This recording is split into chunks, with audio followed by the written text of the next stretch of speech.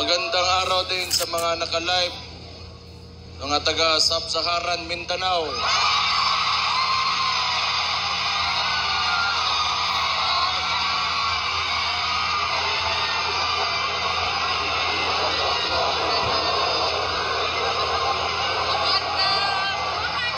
Diba mo, bago ko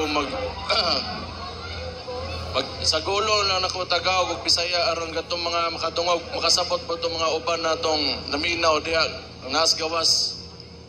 Unang-una sa tanan, magpasalamat ko sa inyong ginapakita ang suporta sa kamamahan.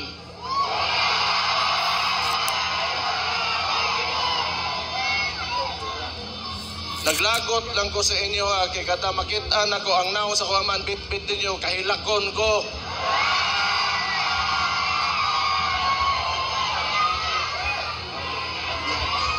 Mugara pod mo.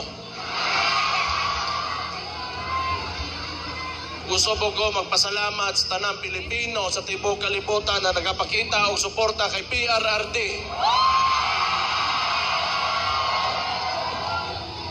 Kabaw mo tinuod lang sukad nga giaresto ako amahan illegally. Wag yung ko kasabot sa kong gibati. It has been a roller coaster of emotions for me tinuod lang. But every time makita na ko suporta ninyo, makuskan yung ko. Salamat kayo.